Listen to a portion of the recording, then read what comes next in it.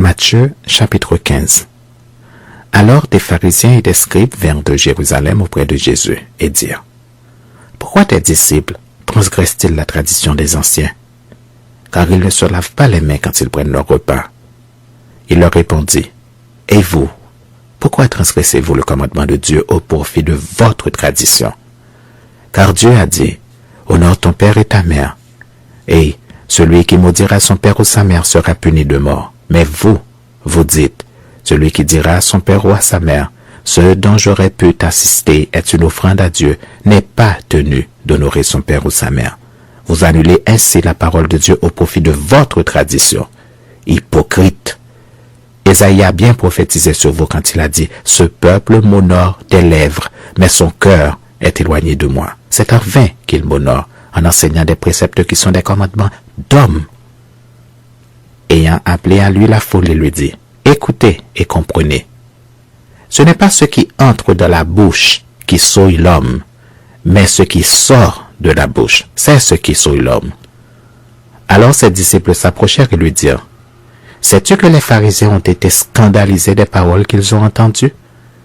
Il répondit: Toute plante que n'a pas planté mon Père céleste sera déracinée. Laissez-les. Ce sont des aveugles qui conduisent des aveugles.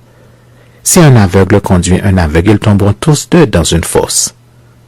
Pierre, prenant la parole, lui dit: Explique-nous cette parabole. Et Jésus lui dit: Vous aussi êtes-vous encore sans intelligence? Ne comprenez-vous pas que tout ce qui entre dans la bouche va dans le ventre, puis est jeté dans les lieux secrets? Mais ce qui sort de la bouche vient du cœur, et c'est ce qui souille l'homme. Car c'est du cœur que viennent les mauvaises pensées, les meurtres, les adultères, les impudicités, les vols, les faux témoignages, les calomnies. Voilà les choses qui souillent l'homme. Mais manger sans s'être lavé les mains, cela ne souille point l'homme. Jésus, étant parti de là, se retira dans le territoire de Tyr et de Sidon. Et voici une femme cananéenne qui venait de ces contrées lui cria: Aie pitié de moi, Seigneur, fils de David. Ma fille est cruellement tourmentée par le démon. Il ne lui répondit pas un mot. Et ses disciples s'approchèrent et lui dirent avec insistance: Renvoie-la, car elle crie derrière nous. Il répondit: Je n'ai été envoyé qu'aux brebis perdues de la maison d'Israël. Mais elle vint se prosterner devant lui, disant: Seigneur, secours-moi. Il répondit: Il n'est pas bien de prendre le pain des enfants et de le jeter aux petits chiens. Oui, Seigneur, dit-elle, mais le petit chien mange les miettes qui tombent de la table de leur maître.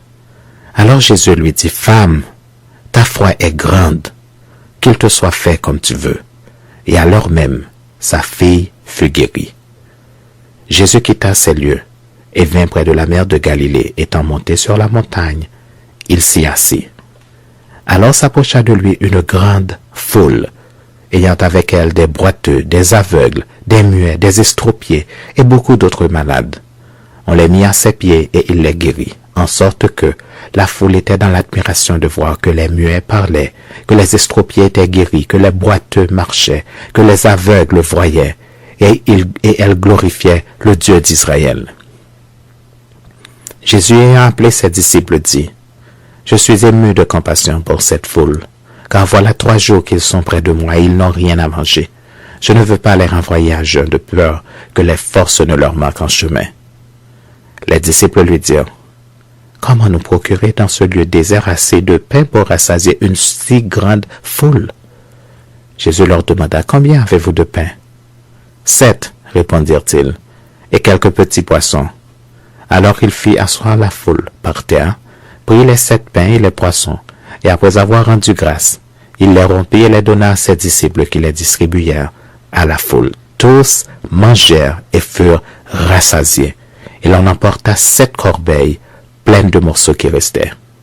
Ceux qui avaient mangé étaient 4000 hommes, sans les femmes et les enfants. Ensuite, il renvoya la foule, monta dans la barque et se rendit dans la contrée de Magadan.